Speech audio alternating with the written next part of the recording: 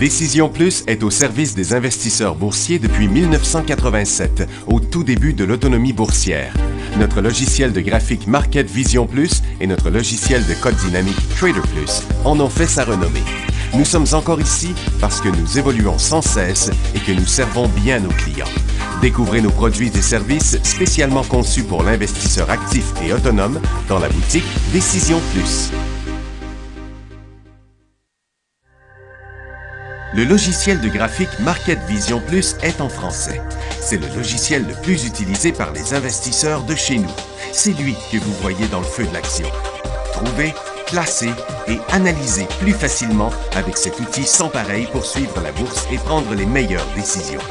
Gardez vos titres à l'œil avec Market Vision Plus. Consultez la boutique Décision Plus pour en faire l'essai pendant 10 jours sans aucun frais, c'est garanti. Laissez-nous vous guider pour analyser la bourse et prendre vos décisions. Les analystes de Guru.tv feront tout le travail pour vous. De minute en minute, nous classons les titres selon leur situation technique. Nous révélons les signaux d'achat et de vente. Nous publions des recherches poussées et nous prodiguons des conseils en temps réel. Ça commence avant l'ouverture et ça se poursuit jusqu'à la fermeture des bourses. Profitez de chaque cycle boursier avec Guru.tv. Trader Plus, l'instrument du day trader. 50 codes qui clignotent en même temps. Autant de listes que vous voulez. Graphiques à la seconde. De 3 à 30 graphiques. Des alarmes à volonté. Des listes de codes préparées. Des modèles graphiques préparés. Prêts à faire feu. Achetez, vendez avec Trader Plus.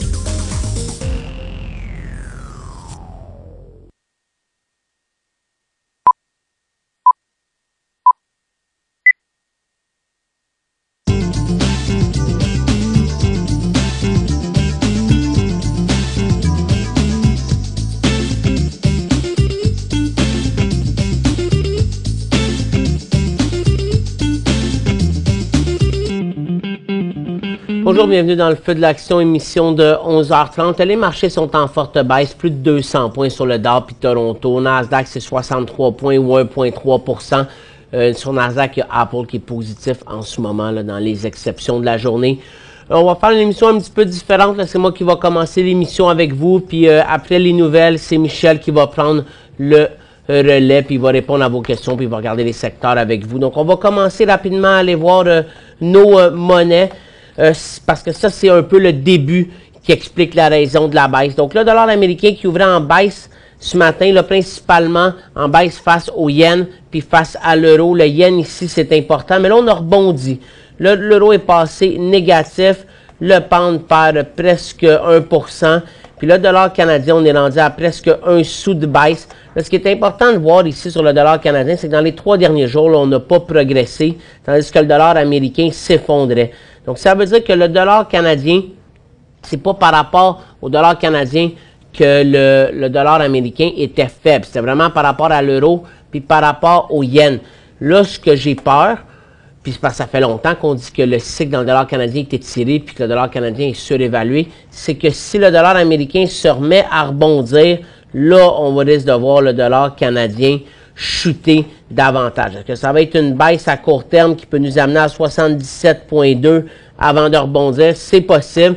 Mais je pense là qu'à court terme, là, même moyen terme, on a dû voir le sommet sur le dollar canadien. Je pense qu'il était déjà beaucoup trop fort par rapport à la progression qu'on a eue sur le pétrole.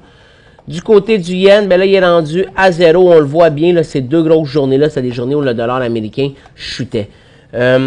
Donc, en fin de compte, le yen monte. Là. Le yen, c'est vraiment une valeur refuge quand l'aversion au risque augmente. Ça veut dire que quand on veut se protéger contre le risque. Puis le risque qui vient de où en ce moment? Le Japon était fermé.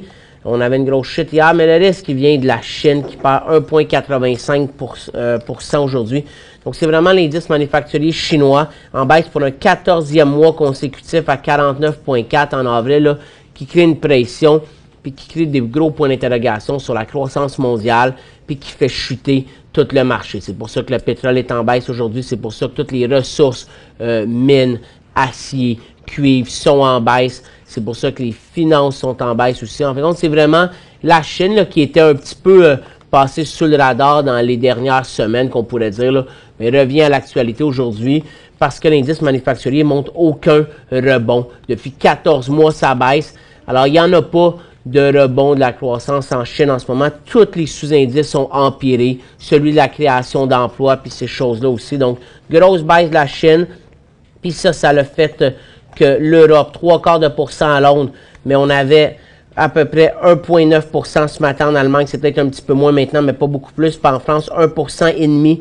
On a aussi les prévisions de la Commission européenne là, qui ont dit que la croissance de la zone euro serait plus lente en raison de l'inflation modérée en 2016. Puis il y a les tensions aussi en Europe entre la BCE et l'Allemagne qui reviennent d'actualité. Hier, Mario Draghi a dit que c'était à cause de l'Allemagne si les taux d'intérêt étaient bas parce que l'Allemagne encourageait ses citoyens à épargner davantage. Là. On est rendu loin un peu dans les raisons qu'on est évoquées ici. Là, mais il y a un petit... disons qu'il y a des petites tensions entre l'Allemagne et la BCE. C'est pas la première fois. Donc, on est en bonne chute partout aux États-Unis. Ce qu'on voit ici, c'est notre ligne de tendance. On est capable de rejoindre tous les creux. On a rejoint le creux ici, puis on est à côté sur le creux. On pourrait rester là aujourd'hui. Je pense que dans les prochains jours, on va s'en aller au support. Mais pour l'instant, quand on regarde ça, on résiste. On est en train de le décrocher. Puis si on décroche ça, on pourrait accélérer encore plus durant l'après-midi. Les FNB vont être intéressants. Puis je pense que les plus bons en ce moment, ça va être HVU puis TVIX. Donc sur ça, on s'en va à la pause. Puis on va revenir à l'émission avec Michel.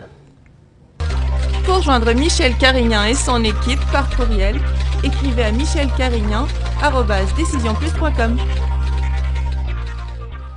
5 bonnes raisons de gérer vos investissements avec Banque Nationale Courtage Direct. Des frais de commission fixes à 9,95 en tout temps pour tous les clients et à partir de seulement 6,95 si vous êtes un investisseur actif. Aucun frais d'administration annuel si vous détenez plus de 20 000 $ dans vos comptes. La possibilité d'ouvrir des comptes enregistrés en devise américaine. Des outils performants afin de faciliter vos prises de décision. Un service à la clientèle primé et un niveau de satisfaction parmi les plus élevés de l'industrie. Pour en savoir plus, visitez le bncd.ca ou appelez-nous dès maintenant. Décision Plus est au service des investisseurs boursiers depuis 1987, au tout début de l'autonomie boursière. Notre logiciel de graphique Market Vision Plus et notre logiciel de code dynamique Trader Plus en ont fait sa renommée. Nous sommes encore ici parce que nous évoluons sans cesse et que nous servons bien nos clients. Découvrez nos produits et services spécialement conçus pour l'investisseur actif et autonome dans la boutique Décision Plus.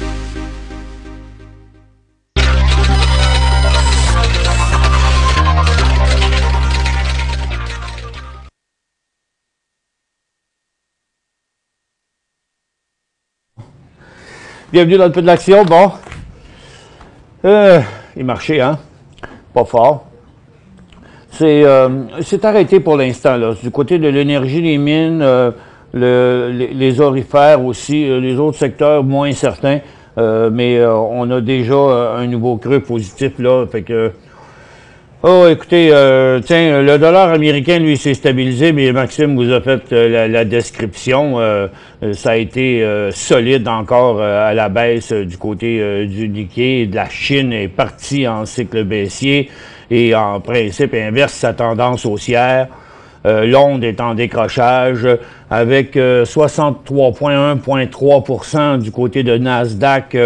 La tendance est menacée, là, parce qu'on est à presque rien de tomber en tendance baissière. Et du côté du Nasdaq aussi, là, donc si ça passe, on va se ramasser encore plus bas.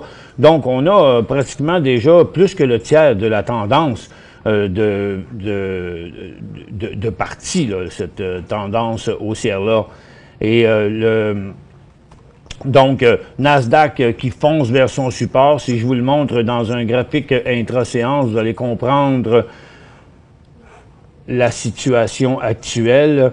Donc, rendu ici, l'aller-retour, donc ce cycle-là est rendu un cycle neutre, mais la tendance première est toujours baissière. Donc, si on accélérait par là, bien, on va se rendre encore plus profondément. Donc, Dow Jones, SPY, TSX, tout ça, c'est à la baisse. Mais En fait, c'est pas une surprise tant que ça, là. Le marché du Nasdaq était déjà en baisse. Le marché de New York aussi avait déjà commencé sa petite tendance baissière. Le SPY et le SPTT, lui, plafonnaient. Donc, pour l'instant, la possibilité de 13 646 à 13 250, il reste encore un 440 points là, possible à la baisse. Donc, les marchés, comme je vous disais tantôt, sont stabilisés là, pour le moment. Très juste borderline. Là. Le TSX, c'est un peu plus clair.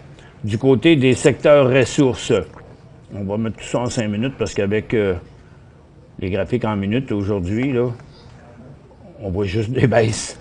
Donc, USO vient de faire un plateau. Les titres d'énergie, les orifères sont en train de remonter ici après quand même une bonne chute ce matin. Et l'or fait la même chose, l'argent aussi. Donc, les mines, les services financiers, les industriels. Donc là, le marché a chuté de ce qu'il avait à chuter. Donc, comme on voit souvent, on peut tout avoir encore en après-midi. Là. On peut entamer un fort rebond, tout comme on pourrait aussi décrocher à nouveau. Donc, pour l'instant, oubliez ça, les achats à la hausse, c'est quand même assez rare. Je dis pas qu'on peut pas en trouver, mais c'est d'aller un peu contre le marché. Et au cours des derniers jours, ce que je vous disais, hier encore, secteur énergie, secteur minier, secteur aurifère, prise de profit, momentum haussier complètement interrompu. Donc, le pétrole continue à la baisse sans nécessairement inverser sa tendance, puisque c'est un cycle baissier comme celui-ci, puis celui-ci, puis celui-ci. Là. Donc, c'est une correction dans une tendance haussière, mais j'ai bien l'impression que, de toute façon, il va s'annuler complètement, se rendre jusqu'à son support, parce que toute la hausse qu'il y avait ici, là, ça a été de l'anticipation en vain, parce que, finalement, il n'y en a pas eu de réduction de production de pétrole. Le gaz, lui, est arrivé à son point où les vendeurs ont arrêté de vendre plusieurs fois, donc possibilité quand même de hausse pour les deux ou trois prochains jours de ce côté-là. Mais les titres, vous remarquez que les titres pétroliers sont plus faibles que le pétrole lui-même et va sûrement se rendre jusqu'à leur support aussi. Les orifères, l'or plafonne, mais les titres sont plus faibles. Comme vous voyez, l'or reste sur son support, mais les titres ont entamé un cycle baissier. Donc, hier et vendredi, à l'heure plus haut, c'était la meilleure place pour prendre des profits. Si vous ne l'avez pas fait encore, je pense qu'il est encore temps de faire ça. Et du côté des mines, ben, c'est du pareil au même. Les meilleures places pour prendre des profits, c'était sur le sommet. Maintenant, si vous êtes entré au début de ce cycle-là, ben, vous êtes revenu pas mal kiff-kiff, comme on dit. Là. Vous ne devriez pas être en perte, mais il restera plus gros de profit de ce côté-là. Le problème, c'est que si vous êtes entré dans le cycle ici et vous réduisez pas vos positions là, vous risquez de revenir à perte sur les positions les plus récentes. Pas celles achetées ici, pas celles achetées ici, mais celles achetées ici. Donc, moi, je pense que c'est mieux de réduire les positions si vous êtes parti du dernier cycle haussier. Pour ce qui est des autres secteurs, ben, la consommation discrétionnaire continue vers son support. Les télécoms, comme c'était tout dû à la hausse de Manitoba Télécom hier, ben, il n'y avait pas grand-chose, il se passe pas grand-chose là. BCE s'en revient vers son support, TELUS fonce vers son support, Rogers s'accote sur son support, et puis c'est Manitoba Télécom avec sa grosse hausse qui maintient l'indice en haut. Les services financiers sont partis en cycle baissier, direction les 235 points. Les titres industriels pourraient bien suivre le reste du peloton, revenir jusqu'à leur support. Les immobilières, ben là, écoutez, une fois, deux fois, trois fois, quatre fois testé. Si ça décroche ici, c'est un point de sortie. Il faudrait diminuer nos positions. Et service aux collectivités, ça va revenir à la baisse aussi. La santé, elle, s'est stabilisée parce qu'elle descendait depuis quelques jours. On est rendu au point où les vendeurs ont arrêté de vendre 3 fois. Donc, possibilité d'un cycle haussier là au cours des prochains jours, mais je préférerais qu'on laisse ce marché, le support se solidifier un peu avant d'embarquer là-dedans. La consommation de base menace encore d'un autre décrochage et les technologies sont reparties dans un nouveau cycle baissier. Donc, il n'y a pas grand-chose à acheter, là, parce que ça descend, puis la perspective est encore à la baisse pour les prochains jours. Je vais y aller avec quelques questions. Ici, on va ouvrir la barre de questions, d'ailleurs, parce qu'il m'en reste juste 3 ou 4 à répondre. OK, on continue. Bon, d'abord, d'accord, on y va. WSP, c'est un achat. On peut ouvrir la barre de questions, s'il te plaît? WSP, c'est un achat? Non, sûrement pas aujourd'hui parce que le titre est parti en cycle baissier. Par contre, il n'est pas en tendance baissière. Il faudrait qu'il atteigne les 40$ avant et décrocher à nouveau. Mais pour l'instant, non, c'est pas un achat. RNX, correction normale de Royal Nickel, dernier cycle haussier qui a décollé vers les 47 cents. Le titre a atteint 63 cents. Là, si vous êtes dans cette tendance-là, n'avez pas pris de profit, ce serait une bonne idée de le faire. POT, c'est potache. Lui, on l'oublie. Est-ce une bonne option? Non, c'est pas une bonne option. Potache va se rendre à 20,50 $. Et HBM, c'est Hot Bay Mineral. Comme tout le secteur minier, le titre est en correction, devrait se rendre jusqu'à 5 $ avant de faire une première pause. Et puis SPB, c'est tout simplement une correction normale. Le titre était quand même assez solide, malgré que le gaz, lui, est très faible. La barre de questions est ouverte. Les nouvelles questions vont rentrer dans quelques instants. Ce ne sera pas bien long. Et pour le moment, juste pour le fun, une journée comme aujourd'hui, qu'est-ce qui se passe sur les marchés? Si je prenais le marché de Nasdaq, puis je demandais juste les gagnants, même pendant que les marchés descendent de 1,5%, vous voyez, on va quand même trouver des titres qui sont en feu, là. SK, HESKA, pas l'OSK, là. Il a jumpé solide aujourd'hui. Vous voyez, il y a des cas spéciaux, parce que j'ai demandé juste les titres gagnants. Donc, on a un titre ici en plein décollage technique, sur un volume moyen atteint à mi-journée, Cognex, Aerogroup, mais vous voyez, souvent, ce qui arrive, c'est qu'il décolle, mais quand le marché se met à glisser encore plus, ben les titres repartent. Mais ça reste quand même des titres intéressants au cours des prochains jours, puisqu'ils se sont permis un décollage en marché presque baissier. Donc, ça pourrait être intéressant si le marché arrêtait de chuter. Bon, celui-là, il a trop monté. Comme vous voyez, il y en a toujours.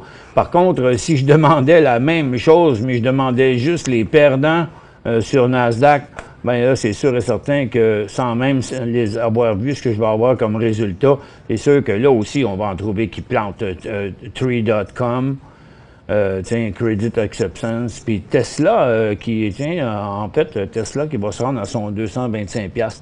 Mais, un signal de vente sur Anilam Pharmaceutical ici, puis SBA Communication, puis Athena Health, puis Beidou qui brise son support. Fait que, il y en a des affaires qui chutent en masse. MSV sur le marché de croissance. Minco Silver, il est vraiment beau, hein? Il est vraiment solide, hein? Malgré... il fait à peu près comme ce que l'argent et l'or fait aujourd'hui. Le titre plafonne sur sa résistance. Donc, la compagnie va très bien. Ce n'est pas un point d'achat aujourd'hui, puisque hier, oui, parce qu'il était en plein élan avec un gros volume. Là, aujourd'hui, il s'est stabilisé là. Donc, on voit ici, s'il descendait vers les 1,30 $, ben, il va annuler tout son cycle et se rendre jusqu'à 1,20 $. Mais vous voyez, son nouveau support est encore plus haut que le précédent. Donc, prochain décollage à 1,50 $, ce serait un nouveau signal d'achat. Vous l'avez à 1,28 $, je vous suggérerais de réduire votre position dans le moment. Parce qu'à 1,40 puis 1,28, c'est 12 cents, OK? Donc, votre prix de revient serait 1,16 et 1,16, c'est ici. OK? Donc, si vous vendez la moitié de votre position ici, votre prix de revient part de là à là. Et ça vous donnerait une chance de ne pas avoir à prendre de pertes si le titre se mettait à chuter plus. RNX, puis rien ne vous empêcherait de reprendre votre position dans un nouveau décollage. RNX, j'ai déjà fait POT HBM. Bon, c'est déjà, je m'en vais à un autre. SPB, je l'ai fait tantôt. Salut Michel, je sais que TSWY, les résultats financiers demain, mercredi, il y a eu un bon volume hier. On garde ou on vend? On va regarder. Ça n'a pas l'air inquiétant. De toute façon, écoutez, avant que le titre ait franchi les 95 cents, parce que ici, c'est pas sûr là, que vraiment il y aurait un gros signal de vente là. Moi, je pense que ça dépend. On ne sait pas si vous en avez. OK? On garde ou on vend. Oui, vous en avez. Donc, on garde ou on vend. Moi, je dirais garder, mais si ça vous inquiète, bien, vous savez qu'en vendre un petit peu, ça relaxe. Parce que ça fait reculer votre prix de revient. Donc, disons que vous en avez comme à 80. Bien, c'est sûr que si vous attendez, puis il tombe à 90, là, vous allez dire, ah ouais, là, je fais 10 cents.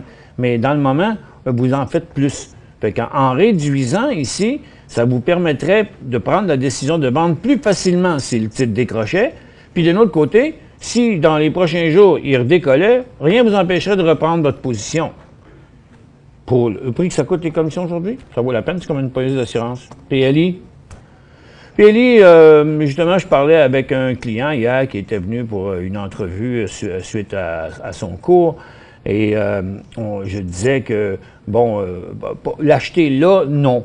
Mais l'acheter à 3,60 $, oui, quand il décollerait. Parce que ça fait quand même 4 fois que le titre va là. C'est son haut historique là, de tous les temps. Puis, ce ne sera pas facile à passer. Là. Comme le monsieur me disait, ça va prendre une décision de la FDA. Oui, peut-être. Mais quoi qu'il en soit, ce serait ça. Pour l'instant, c'est encore à conserver. Je dirais que tant que le titre ne franchira pas les 3 $, on devrait garder. FR.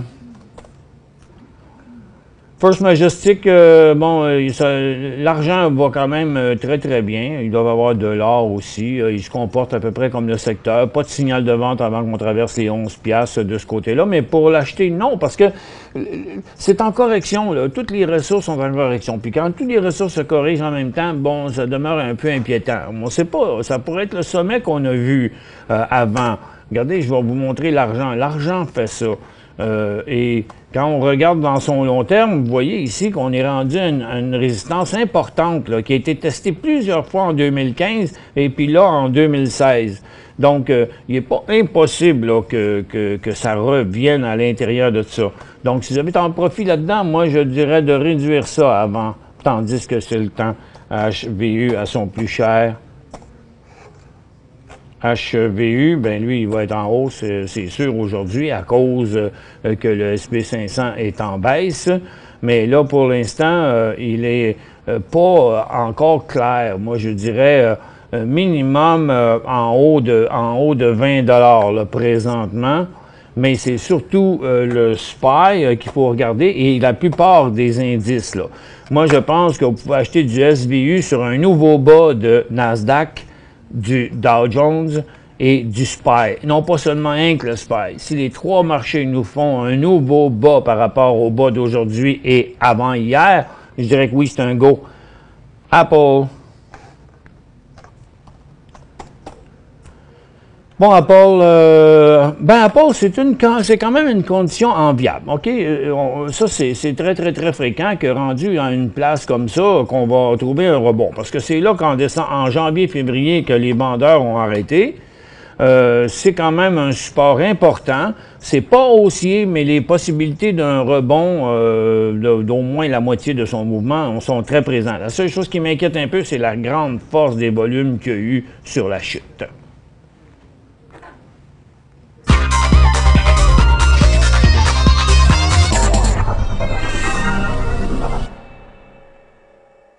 Cinq bonnes raisons de gérer vos investissements avec Banque Nationale Courtage Direct. Des frais de commission fixes à 9,95 en tout temps pour tous les clients et à partir de seulement 6,95 si vous êtes un investisseur actif. Aucun frais d'administration annuel si vous détenez plus de 20 000 $ dans vos comptes. la possibilité d'ouvrir des comptes enregistrés en devise américaine, des outils performants afin de faciliter vos prises de décision, un service à la clientèle primé et un niveau de satisfaction parmi les plus élevés de l'industrie. Pour en savoir plus, visitez le bncd.ca ou appelez-nous dès maintenant.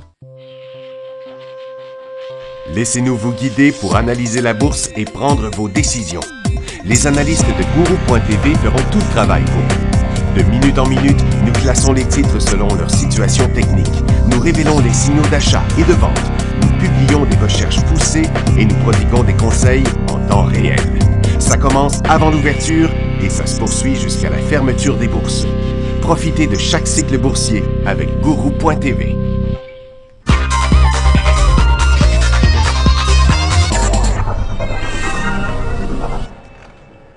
Bon retour, mesdames et messieurs.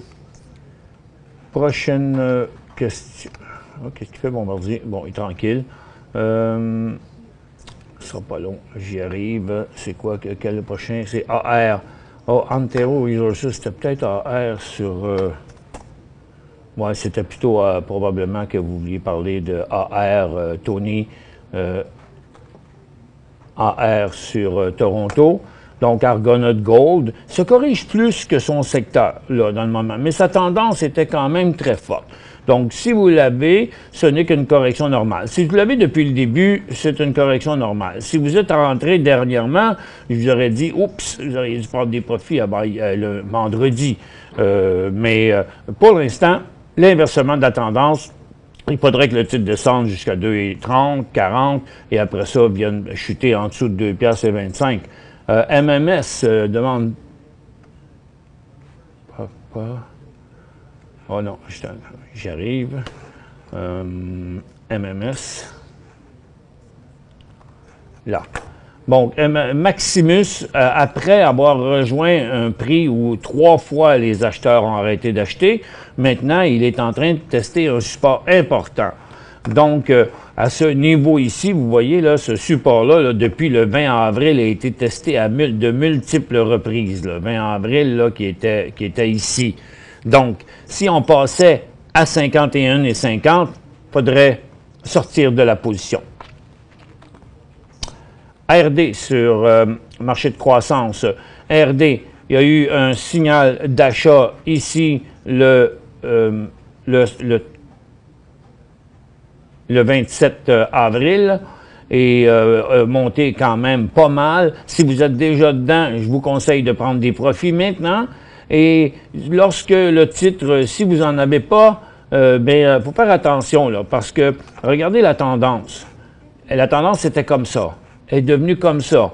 Et là, même si le titre se déplaçait de côté et décollait par la suite pour venir donner un autre signal comme celui-ci ou comme celui-là, même en décollant là, la tendance là serait rendue comme ça. OK? Donc, on sait que cette patte-là, là, cette jambe-là, cet angle-là, ça se maintient jamais longtemps. Donc, ce serait quand même un bon signal d'achat, mais il faudrait se dépêcher à réduire la position à court terme, aussitôt qu'elle aurait monté un peu. HNU, ça c'est sur le gaz. HNU fait exactement la même chose que le gaz. Donc, le gaz aujourd'hui, qui est représenté par UNG, est sur un support. Donc là, si vous achetez ça, il y aura un signal de vente à 7 $. Comme le titre est à 8 $, vous voyez, on va prendre un graphique intra-séance et on va peut-être mieux le voir. Donc, comme ça. Si vous l'achetez là, le prochain prix de vente serait comme bas un peu. Fait que moi, je vous dirais, si vous l'achetez là, dans cette petite phase neutre-là, on va mettre ça en 5 minutes, vous allez le voir mieux. Donc, si vous voulez l'acheter ici, j'ai pas de problème, mais à 8 $, il y aura un signal de vente. Moi, je vous conseillerais d'attendre 8,22, 8,25 pour faire 8,25, 8,60. Et non pas tenter le diable en allant tout de suite, OK, me rendre ici, là, sur le top là, de sa résistance, là, à vouloir trop d'en faire. On risque de pas en faire. Bon, bonne journée, Banque nationale. Et FM, Rick. FM. Oups. Ici. First Quantum. Bon, comme le secteur, tout comme le secteur minier, hein, le secteur minier fait ça, puis First Quantum fait ça. Exactement la même chose, donc ils sont copies conformes. Vous voyez les deux graphiques, c'est le graphique du secteur et le graphique de First Quantum. Donc, si vous êtes, si vous avez pris des profits, c'est correct. Si vous êtes entré dernièrement, oui, ici, il aurait fallu vraiment, OK? Donc, si vous êtes rentré dernièrement, ne dépassez pas votre prix payé. Sortez avant votre prix payé. Si vous n'en avez pas acheté encore, vous voulez en acheter, attendez de voir où il va se stabiliser, en espérant que ça va être sans dépasser la moitié de sa dernière hausse et lors de son prochain décollage. Donc, s'il se stabilisait à peu près où il est là et qu'il repartait après, ça ressemblerait à 10 et 25 ou quelque chose comme ça. Kinross vente. C'est le fun, hein? Je sais que quand je vous mets la barre de questions, vous êtes pressé de répondre, mais là, on sait que vous en avez. Pardon. Avec Kinross, que je vais amener ici. L'or est stabilisé sur son sommet, les titres se corrigent un peu et Kinross tient la route. Ça dépend toujours où vous l'avez acheté. Si vous l'avez acheté ici, il y a la semaine dernière, là, le 28 avril, empressez-vous dès maintenant de réduire la moitié de votre position et vendez le reste à votre prix payé si jamais il sera à votre prix payé. Si vous n'en avez pas, attendez le début du prochain cycle haussier, qui pourrait tout être aussi bien aux alentours de 7,40 s'il restait là puis il décollait, mais il pourrait aussi se corriger avant puis venir nous donner un signal plus tard. ARB. Bon, j'avais plus le temps, mais comme je l'ai dit, la personne va dire « Hey, c'était mon titre ». Je vais quand même prendre le temps de répondre. ARB. Bon, ben ça n'existe pas, ARB. Dans la liste principale ARB. Bon, mais malheureusement, votre symbole n'existe pas. Merci à tous d'avoir été avec nous. On se retrouve demain dans le feu de l'action à 11h30 sur DecisionPlus.com.